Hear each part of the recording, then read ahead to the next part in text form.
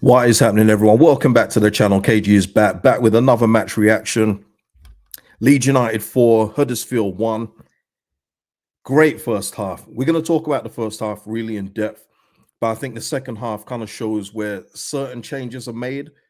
The team gets a little bit weaker and slower, but that first half was absolutely irresistible, and we're going to talk about it. I've even got the goals replaying in front of me while I'm talking because they were so enjoyable, so good football.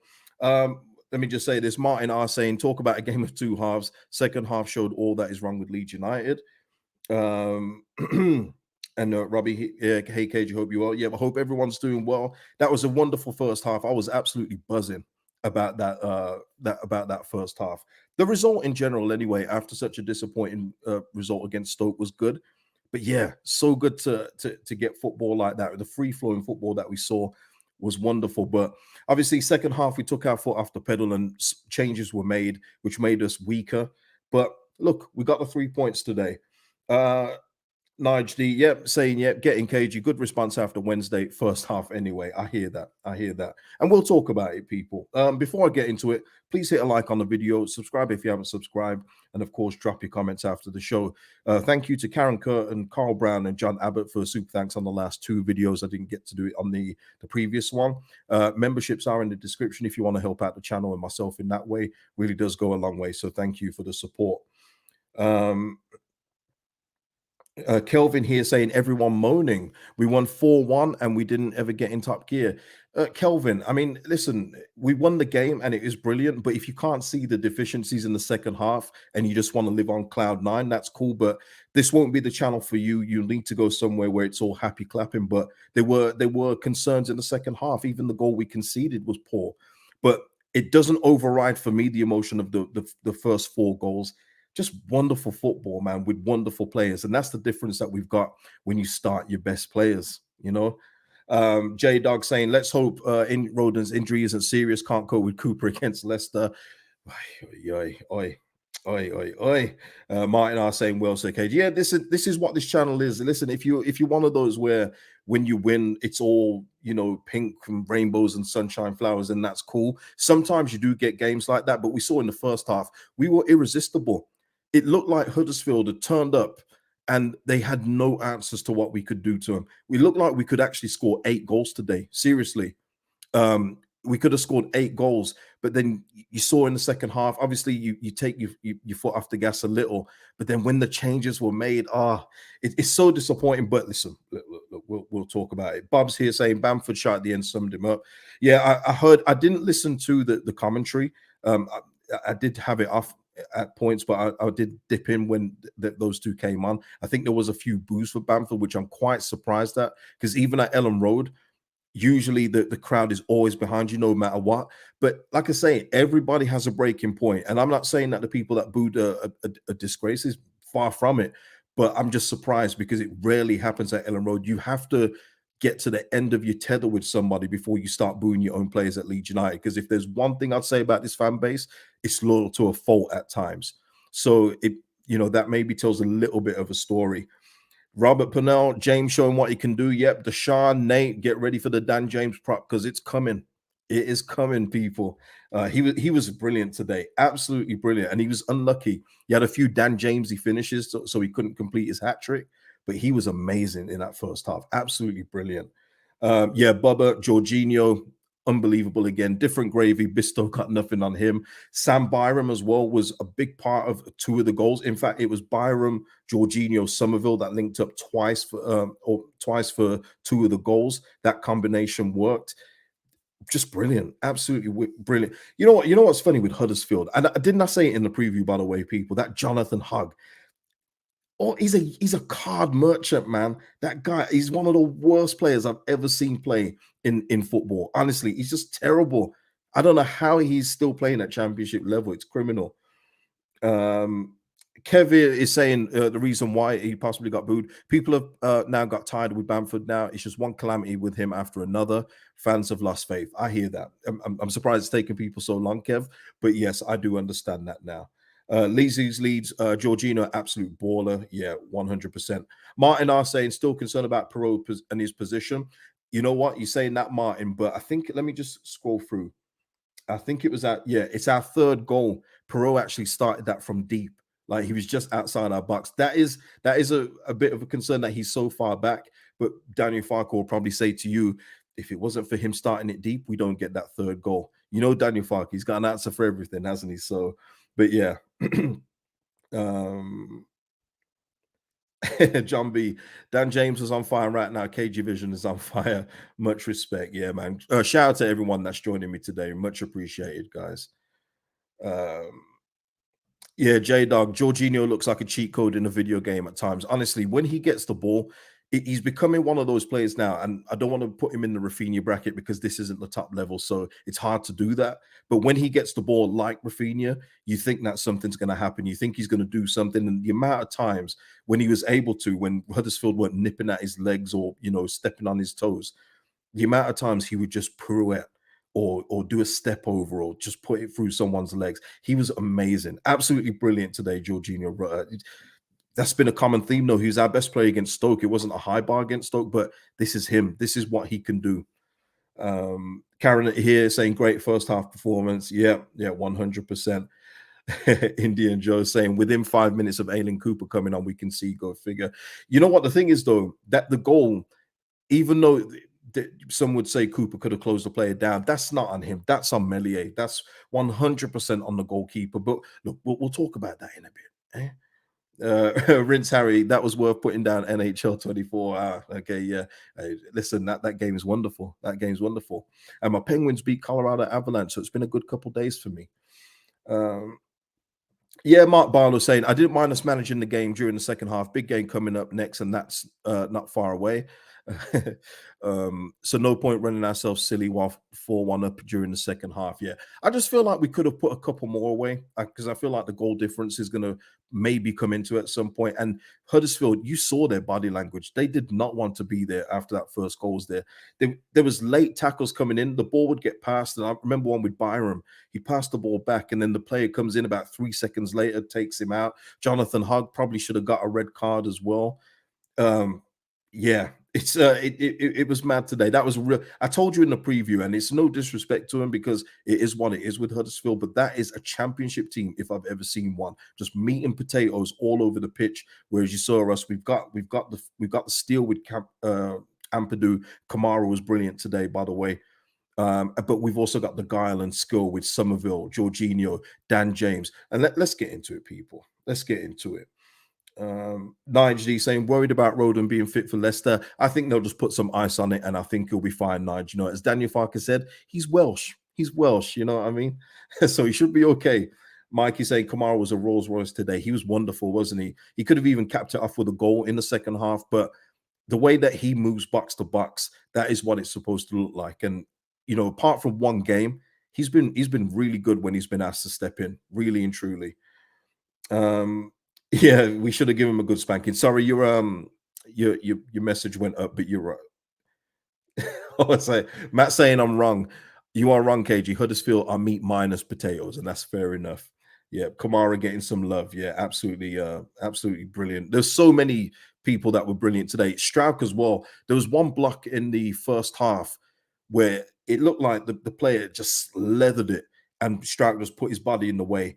I rate that. That's what I'm talking about. That's the aggression I want to see from Stroud, not shying away. I want to see him put his body in the way, and he did that today. So shout out to Stroud for that as well. Yeah, exactly. Oh, good point. He forgot he's Welsh. Yeah, don't forget that, man. Don't forget that. But yeah, the lineup. When I saw the lineup, people, no complaints at all. I said that in this game, it wouldn't have mattered to me if Archie Gray had started because it's going to be a different game against Huddersfield compared to Stoke away. It's just completely different. We're at home. We're going to have most of the possession. We're going to be on the attack. The impetus is on us, and that will suit us in the way that we play more than a player, that's running at Archie Gray during the game. But he got the rest. Shackleton came in. Actually, Shackleton had a hairy moment where Joe Rodon had to save his behind. I think maybe that's where the injury started for Joe Rodon because when Shackleton put it on his chest and then it went behind him, Joe Rodon made an absolutely superb recovery tackle. Please don't underrate that tackle. That was amazing. That tackle from Joe Rodon, because that could have changed the game if they had scored from that. So brilliant recovery tackle from Joe Rodon, put his body on the line. But other than that, I thought Shackleton was pretty good. I think he was okay. But the thing that we need to say though, people, Jed Spence, please get well soon. We want you here now, now, people, now, now, now. But yeah, the lineup, absolutely no issues with the lineup today. Brilliant lineup. Um, who's on the bench there? I am surprised that we're not seeing Charlie Crystal. I don't know if Charlie Crystal is injured, by the way, but I'm surprised he's not getting on the bench now. I would have thought with him, he was big. I know shirt numbers don't matter these days, but given the number 5 shirt, signing a new contract, you'd have thought he'd have a bit more involvement in the first team. And when you look at the option that came on a sub, is he going to be any worse than that? I don't think so. I absolutely don't think so. But yeah, Gavin here saying disappointed we did not go for 6-0 from 46 minutes. I hear you. I hear you. Darren is saying Kamara was his man of the match, and that's big praise because when you've got Dan James doing what he did, when you got Somerville absolutely toying with Huddersfield today, when you got Jorginho doing the same, Sam Byram, you could have put him as a mention as man of the match. Ampadu was controlling it when he wasn't getting his ankles taken by Jonathan Hogg. There are so many candidates today, and that's what you want, people. You want so many people where it's like, who was the man of the match? And listen, I can't tell you at this point in time. Maybe I have a clearer vision when I watch this game again, or the first half again. But yeah, unbelievable performances today. Martin knows saying he's not buying the Dan James part. Look, that's okay, Martin. KG, although Dan James got a couple of goals today and was reasonable, he was quite often wasteful with his crossing and passing in the box. All right, man. No problem. No problem. Look, it's all good. It's all about opinions, but opinions don't trump facts. Okay. And these are the facts with Dan James. Yeah, the prop machine is running. Revving up that prop machine because here it is. Dan James has now been directly involved in 10 goals in his last 12 matches for club and country. You can't argue with those figures, people. We all know there's always going to be deficiencies in the final third with Dan James at times, but his finishes today were really good. The first one was a nice tuck. He was tucking them in today. He was absolutely tucking them today. And what was his third one? Yeah, his third one. That was the one from the Perot pass. I'm looking at it now as I'm talking to you. Somerville, I mean, just unbelievable. Keep giving this guy pain injections, man. We need him. And then Dan James tucks it in far corner. You can't argue with this, people. And yeah, I agree. Clean sheet. He didn't score today, but I do think Perot had a good game. He got an assist today. He linked up with Somerville for a goal. As I said, he started one of the moves for one of the other goals. Obviously, we'd like to see him in and around the box a little bit more. He did have a couple of chances that he fluffed with his right foot, but I think he had a good game in terms of building up play today. And that's what Danny Farker is clearly asking of him, and he did that today. So, apart from no goals being scored by Perot, I think this was a good outing for him. Whereas usually people say that he's invisible if he doesn't score. I don't think that was the case today. Yeah, 100% Leeds. All 4 goals were sublime. Absolutely wonderful. Absolutely wonderful. And this was it as well. Sam Byram as well, when we didn't score a goal, did a wonderful piece of skill on the left, passed it in, but I think the shot got blocked. Did it get blocked or something like that? The keeper saved it. But yeah, he was wonderful down the left, honestly. Jamie here saying James is a strange player. Goals, assists, seems like a nice guy too. I know what people are saying in regards to Dan James. I'm not blind by it, but I'm just saying everything that I've said about him at this level at the championship is coming to fruition. And as long as he's doing it, I don't see how anyone can argue against it.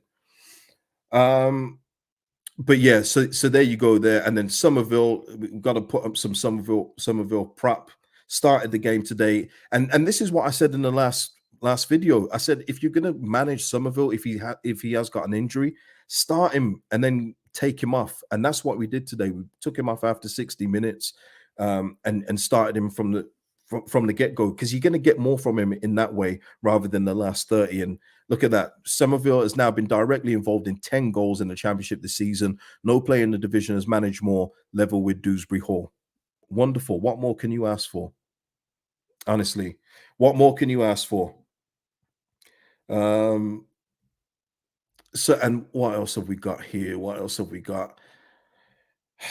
So yeah, here we are. Here's the table at the minute. Obviously, not much has moved because only Southampton played, and Southampton beat Birmingham City. We're still third, but you got to say, looking at the table, Ipswich would feel comfortable. with 2 games in hand currently because they're about to kick off today, possibly 6 points ahead. They're looking good, aren't they? But that's all we can do, people. Keep winning your games. Ellen Road is still a fortress, by the way. We still haven't lost there, which is wonderful to see after the past couple of years. We're making Ellen Road a place where teams in the past would love to come and try and get a big scalp. Now they're coming here trying to say, "Oh, can we get away with a point?" We're making this an absolutely tough place to go. Um, Jason here, I actually don't mind Cooper, but the longer we keep in Ailing, the more likely they will come on for sentimental minutes. Well, unfortunately, Jason, these weren't sentimental minutes because this was like a good half an hour because Joe Roden obviously had to come off injured, and hopefully we can only hope, please, that that's not a serious one and that he can nurse that during the week before Leicester.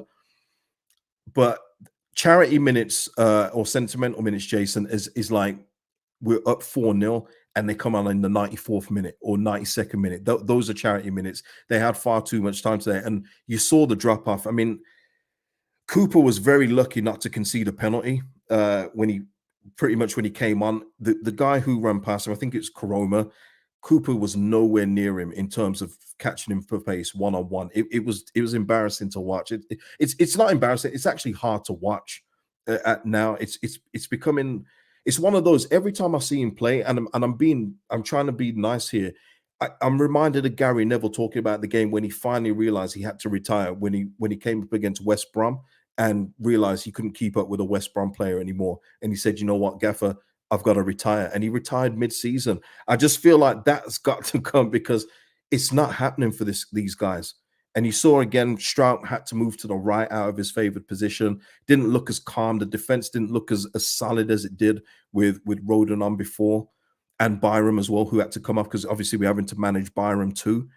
It's just a bit of a drop off in the defense. It's a big drop off, I should say, in the defensive options when those guys are coming on.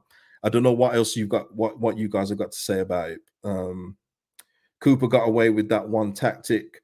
Michael saying Cooper Fark has to sort this out. It's a problem having him on the bench.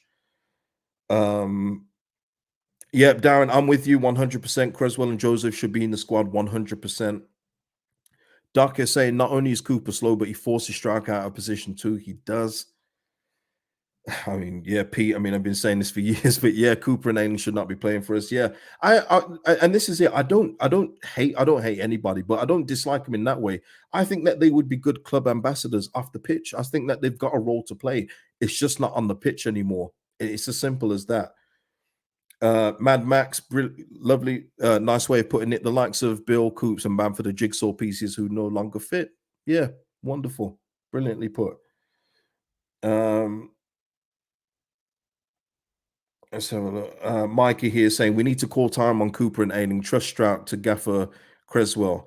Well, Strout is a captain now, isn't he? He's obviously somebody who Daniel Farker entrusts with the captain's armband. So you know you've got to give him some kind of responsibility. And Strout is now 20. What is he? 24 now? I think he's 24 now. He's not a young guy anymore. I think people still try and see him as like that young 20, 21-year-old. He's he's nearly mid age now in terms of football life. So. But yeah, listen, people, look, just, you know me, I don't usually like to go on stats, but yeah, these are enjoyable to watch in terms of to look at. You know, I am surprised though that we only got 5 on target. I will say that I thought it was a lot more, but I think that just tells you just how clinical we were in the first half. We was irresistible in the first half, but I think that kind of shows you when you look at it though, it's like, oh, how we only get 5 shots on target, but you know, it is what it is. 20 shots in total, 5 on target. I mean, the possession numbers are just stupid. Huddersfield, I mean, did they even turn up? 294 passes to 838. Pass accuracy, 92%. I'm surprised their foul count is only 11, by the way. It seemed like a lot more. And yeah, and that's where we are right now. I think that pretty good. Like a few more on target. Jason asking, didn't see the Huddersfield goal. Heard Melier was at fault. Yeah, it was easily done. I know I've seen people try and give Cooper the blame on that one for not closing your man down. You can say that, but that for me, that shot, you should catch that, hold it. Simple as that. There's nothing else to it. There should be nothing else to talk about with that Huddersfield shot from I I think I don't know who took it. Maybe it was Koroma, but he then spills it into Hilek, who then taps it in. It was a poor goal to concede, but it kind of summed up the second half with the changes that were made and just how shaky the team gets once the real ballers go off the pitch. It was a poor. It's a shame, man, because we should have left with a clean sheet in that one. Um, Matt saying here, big decision Friday if Roden's not fit. Does Farker play Cooper or go with the natural right-sided player in Creswell? I'd like to see Creswell, but no, it will be Cooper. Yeah, it will be interesting. It will be interesting to see. I do think though that Joe Roden will be fine. The fact he walked off today, he's made us stern stuff. Again, before he went off injured, brilliant, absolutely brilliant. And do not forget that one from Shackleton's era because that was an amazing tackle from a defensive side. Um, let's have a look. Oh man, yeah, Scott Leicester will rip Cooper to shreds. Yeah, I wouldn't want to see that. Honestly, would not want to see it. Let me just see. Has any quotes come out as of yet? If not, we can do that on another stream. No problem. Um, no, there isn't anything there. Anything there as of yet. What is going on here? Oh, okay, super chat here, Liam. Liam, you know what? If anything, Liam, you're always a man of your word, man, and I appreciate that. 4 goals, £5 a goal, paid in full, bro. You know what? Liam does this sometimes, and I do give him credit for that because he came through the last time he did this kind of bet. Shout out to you, Liam, more for the super chat and the backing up your bet. I bet you wish you did this for the Stoke game, then you wouldn't have to pay nothing. But salute to you, Liam. Thank you so much for that. Bob's here. What did you make of Nanto today? Um, mm, yeah, I mean, in the current guise of what Dan James and Somerville are doing, it's nowhere near right now what Nanto's doing when he comes on. I don't think he's doing enough, but I think he is just coming back from injury as well. But you can still see when he gets on the ball how dangerous he is. He gets doubled up, sometimes tripled up on.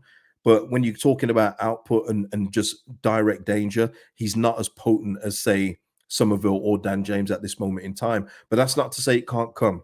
That's not to say it can't come with this player. So let's just see how he gets on as he gets more match fit and see when he eventually gets to start again.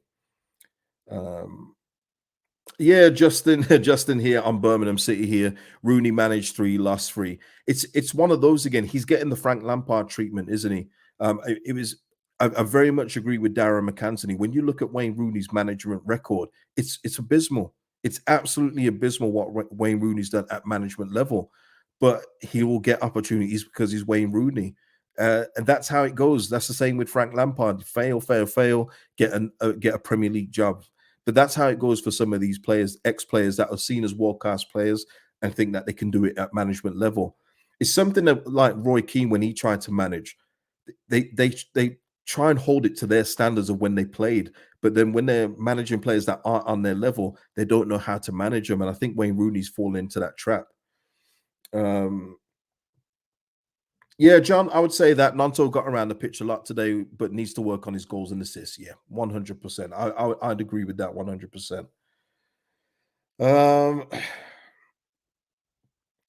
Becky, Becky O's bulge just because of that name. Nanto is flattering to deceive for me. Step down in level this season, and his contribution on the pitch has been nowhere near good enough. I'd still at the end of the season whether we go up or not. Well, listen. End of the season when we do a buy sell, I think even some people would be surprised at who I would sell. But yeah, we'll talk about that at the end of the season. Hopefully, we do go up this season. We need that. We need that. Let's not do this season again, people. Please, let's not do these games again. It is painful. I'm not going to lie. Just seeing the way Huddersfield played today, it was. I mean, you just can't get away with some of the stuff they were doing today in the Premier League, and that's the difference, man. You can go in late on somebody in this league and just get a yellow. In the Prem, it's possibly a dangerous tackle. In fact, Jonathan Hogg's first yellow could have been a potential red with the way that he scissored Ampadu. That could have been a potential red card. But Sean here saying about oh no, sorry, Low D, sorry, saying about Nanto, bit harsh on Nanto. He's only just come back from being injured. Yeah, I hear you. Um, Let's have a look. Gary thinks that Rooney won't be there when we play him again. That would be a quick turnaround, wouldn't it? It'd be a quick turnaround. And John B saying Nanto will come good again. I'm with you there. I'm with you there. I think he will come good. If he doesn't, I'll hold my hands up. But I think that he's just got far too much talent for the lack of goals and assists to continue, in my opinion. But time will tell. Actions will be the answer. All right, let me see if I can get any quotes here. Uh, has anything come out yet? Okay, let me just do something else here. While I'm looking, please hit a like on the video if you haven't done so already. Really is the best way to help the channel out. Much appreciated, guys. Uh, okay, you know what? I don't think I'm going to get the quotes on this one unless I take more of your comments. But from Popey's Twitter, he's saying that Saturday night by Wigfield is blasting out the Leeds changing room as they await Daniel Farker. So there you go. Matt here talking about the game more. Yeah, let's do that, man. First half, the passing was quick and direct. We need to impose ourselves like that more often. Yeah, we was talking about this in the preview though. A lot of people are concerned about how we haven't, pulverized the team yet with the attacking talent we've had, and we kind of did that. We did that. We showed that today in the first half. Should have been more for me. I do feel like we should have, tacked on a couple more goals, and Dan James could have had a hat trick by the end of the half, but the lack of composure just let him down. But yeah, I want to see this more often. I don't feel like we should be scraping games in some of the games that we have. We're far better than a lot of the teams in this league, and it's not even close, people. It's not even close how better some of our players are compared to some of what we're up against. But obviously, it's all about how you break it down. If you can get past resolute teams, sometimes that does will out talent if the talent is finding a hard way to break through. But a majority of the time, like I said, people were saying about Huddersfield, it's their cup final. Upsets are called upsets for a reason because they rarely happen. And that's why the favorites always, majority time win. And that's what we've done today. Can't complain. Uh, yeah, Lodi, yeah, Leicester's goal difference is plus 20. Lodi is not lying. Here it is, people. It's plus 20. We need to be trying to get them figures. Yeah.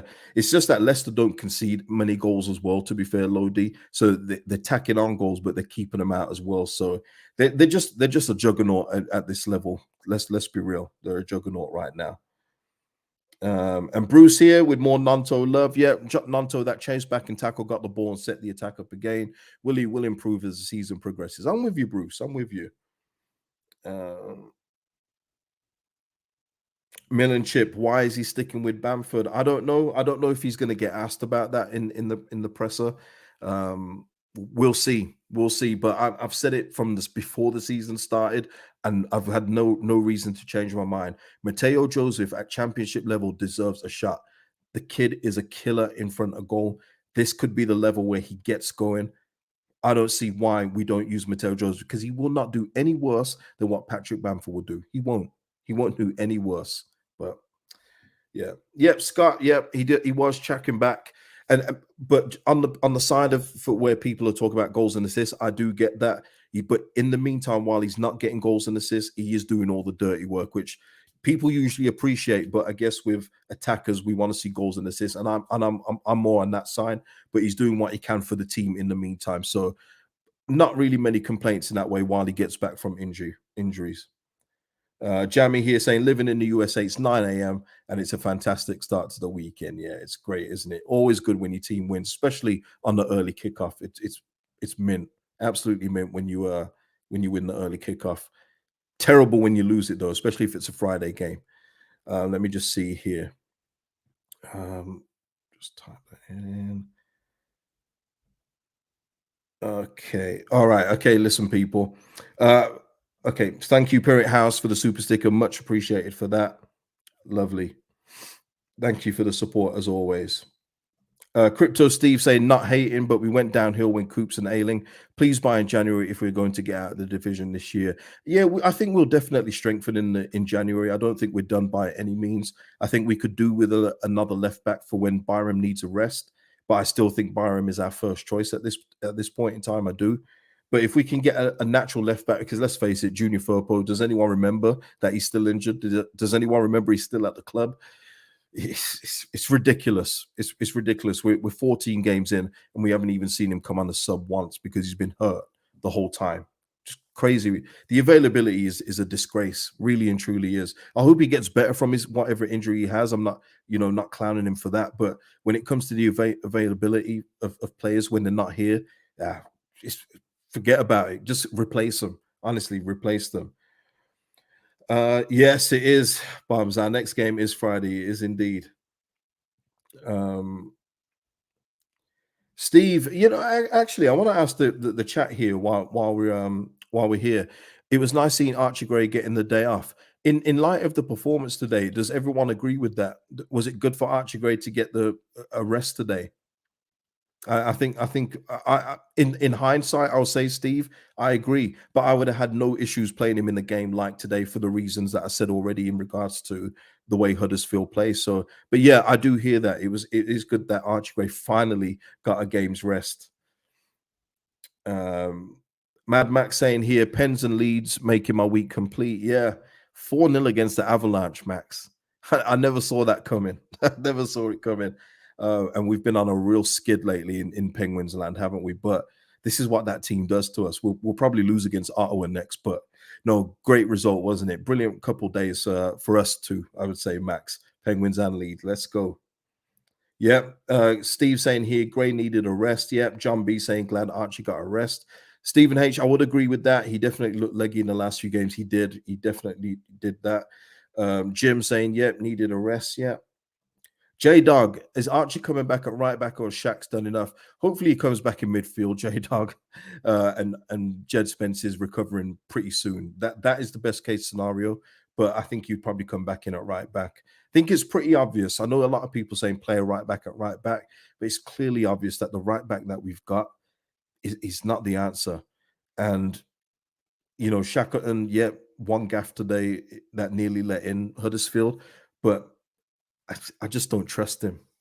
I don't trust him at all, not one bit. So until Jed Spence comes back, or if Firpo somehow recovers, we put Firpo at left back, Byram at right back, whichever way. Yeah, I would say Gray comes back in at right back. Um, Mad Max though is saying Gray resting, not fully certain. Other teams in this league have smashed close to a full season. Max, I would say though, and this is not to be disrespectful. I think maybe you're talking about Alex Scott playing for Bristol City and Leeds United and England under 19s at the same time is a completely different kettle of fish.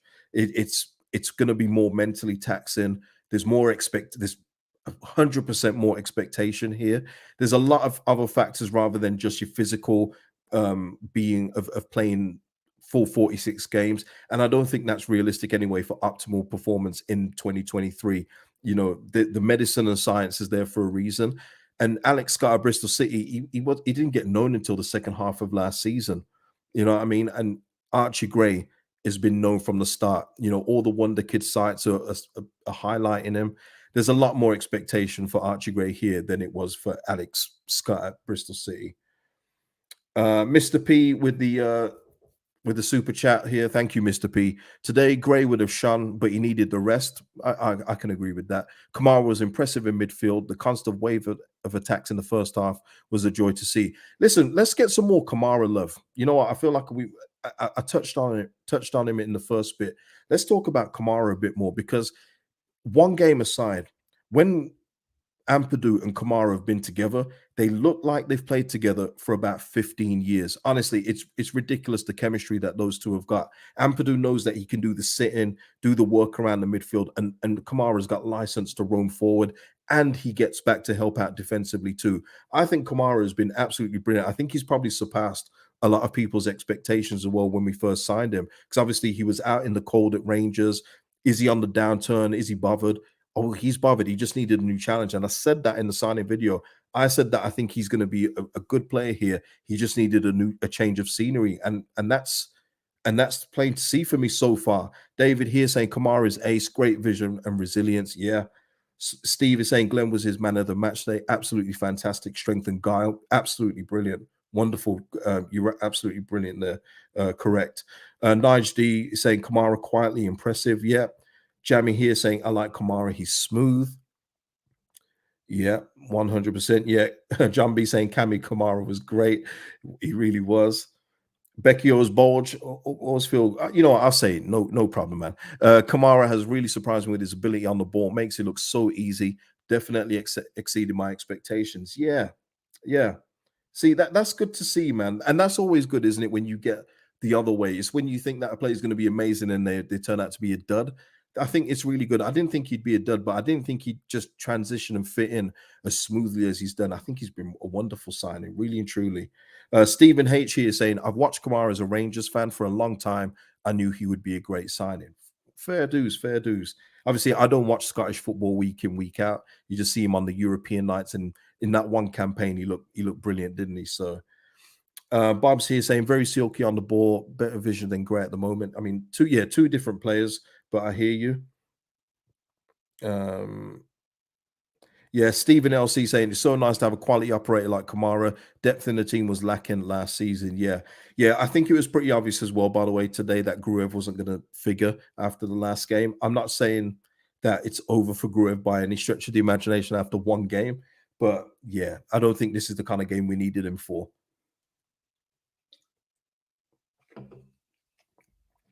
Millen Chip, fair point. Fair point. Huddersfield were a Sunday league team. Our real test is in 6 days time, and he means versus Leicester. 100%. Completely agree with you there. Right. Yeah, John B just saying smash the like button if you agree that Cami Kamara is a smooth operator. Yeah, do that for John people.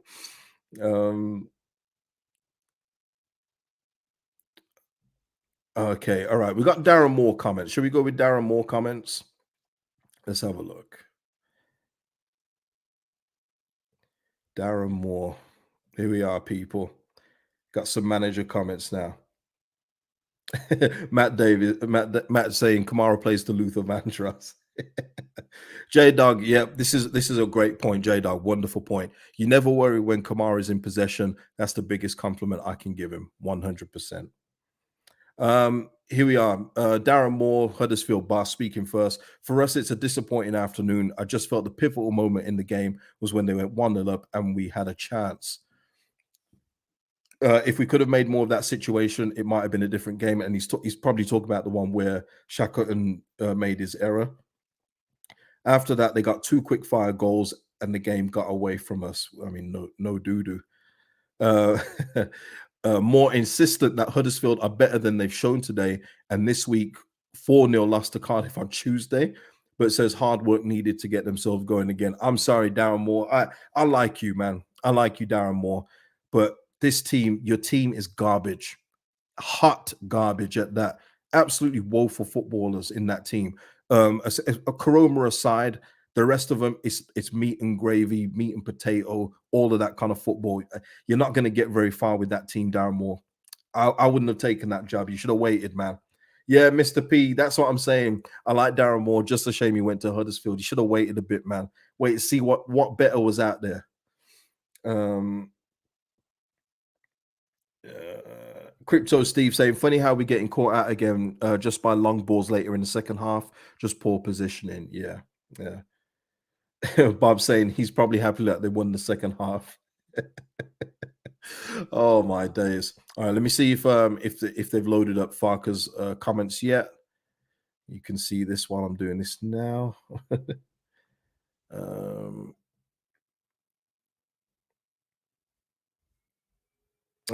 Not yet, people. Shall we just leave the Farker comments for another one, or have you guys got any more comments?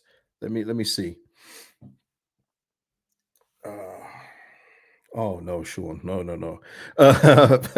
Michael Pollard here saying, Perot, unnoticed by many, but the way he exploits space, especially when not on the ball, helps the team a lot. Yeah, in this game, especially, Michael, I will say that. In others, maybe not so much, but he's getting used to what he's being asked to do. Much like when Rodrigo was being asked to run around in midfield by Bielsa, when he's more of a left-sided or attacker. Perot's been asked to play a different role than he was at Swansea, and I think this is his best outing so far. Besides scoring goals, I think this was absolutely brilliant today by Perot. So yeah. Mike is saying Plymouth are 1-0 up against Ipswich. We'll see how long that lasts. When I'm doing this right now, people, it's 11 minutes past 3. That means 10 minutes of that game has gone. Oh man. Um Everyone's happy that who would have thought? I'm looking at the chat right now, and a lot of you talk about Ipswich. Who would have thought we'd be worried about Ipswich Town at this point? Crazy. Oh man. All right, I'm gonna. Oh, have I got another? Yeah, T85 here. Piro's best game beside despite not scoring. Assist for one of the goals. He looked further forward today too. Yeah, at times he did 100%. He did look further forward today. Um, let me just see this here. Let me just check something here. Right.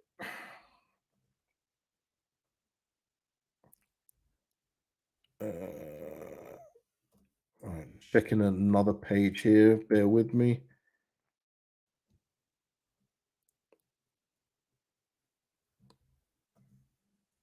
Okay.